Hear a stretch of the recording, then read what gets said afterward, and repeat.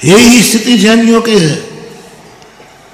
भोजन तुमने पहले कर लिया सो वो भोजन है, और मुनिराज को कराने के बाद किया तो भोजन नहीं है, वो प्रसाद मान लीजिए, नाम कुछ भी दे सकते हो। यहां भी यही परंपरा है कि पहले अपने अतिथि को भोजन कराओ, यानी मुनिराज का भोजन कराओ। मुनिराज हमेशा नहीं मिलेंगे,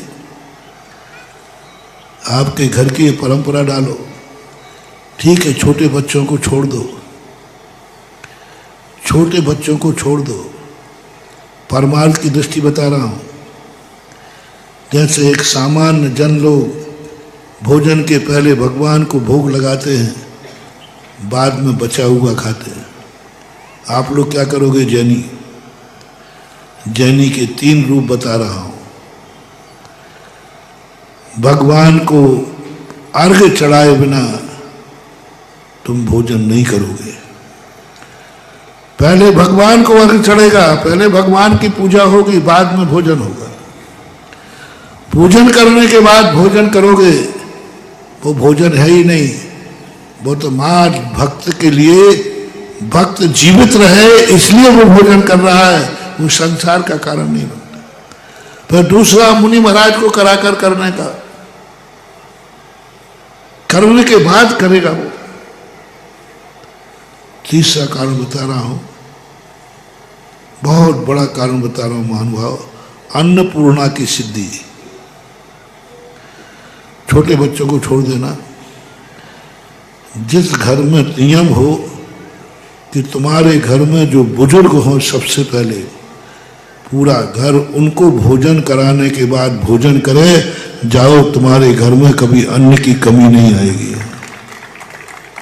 जाओ, तुम्हें संग्रहणी की बीमारी नहीं होगी। कोई निधत्त निकाचित कर्म है तो बात अलग है, तुम्हें संग्रहणी की बीमारी नहीं होगी, क्योंकि तुम्हारा नियम है कि हमारे घर के पूज्य पुरुष, बड़े पुरुष जब तक भोजन नहीं कर लेंगे हम भोजन नहीं करेंगे। अन्नपूर्णा, द्रौपदी का यही तो नियम था। द्रौपदी के पास बताते एक कटोरा था जिसके अंदर जब तक वह भोजन नहीं कर ले वो खत्म नहीं होती थी।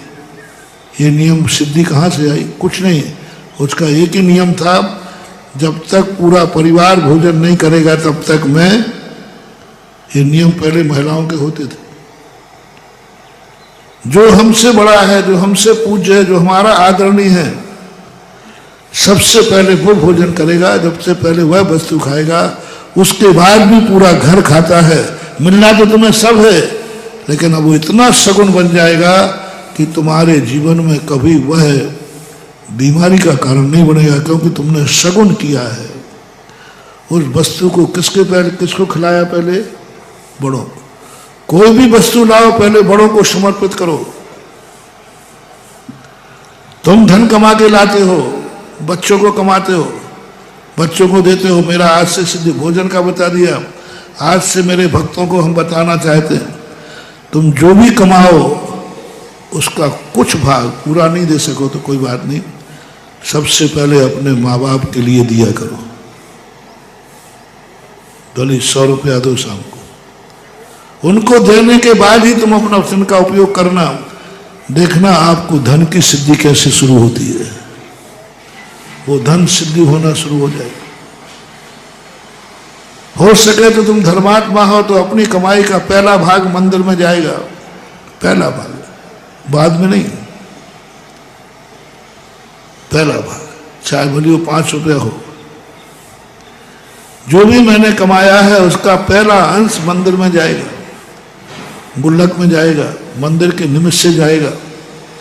मैं मंदिर को पैसा इकट्ठा नहीं करा रहा हूं, तुम्हारे धन दौलत का शगुन कर रहा हूं कि वो धन दौलत कभी तुम्हारे प्राण नहीं लेगा, धन दौलत कभी तुम्हें जेल में नहीं डालेगा, वो धन दौलत कभी चोर चपाटे नहीं लेंगे, वो धन दौलत कभी तुम्हें मौत का कारण नहीं बनेगा, क्योंकि तुमने शगुन कर लिया है उसका, बड़ों को देकर।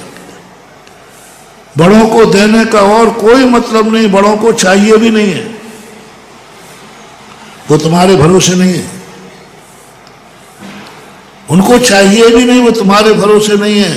छोटों को अपनी जिंदगी का सगुन करना है तो बड़े नहीं चाहें भी तो उनके चरणों में चढ़ा के आ जाए।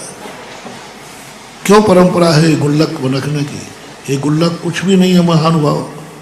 ये पैसा इकट्ठा करने के लिए मंदिर में नहीं रखी जाती है, सगुन के लिए मंदिर में रखी जाती है। तुमने लिख दिया उस पर गुप्त दान, तुमने लिख दिया दान पात्र, नहीं, ये तुम्हारे लिए शगुन पात्र है। तुम सुबह मंदिर आए तो तुमने शगुन किया, हम दुनिया के खर्च बाद में करेंगे, पहला खर्चा हम भगवान के गुल्लक में डालेंगे, वो दान हो गया। दान के बाद तुम खर्च करोगे तो हो सकता है कि वो इतनी सिद्धि हो जाए कि थोड़े से वेतन में भी तुम पता नहीं कितना काम कर लोगे। ये सगुन शुरू करो।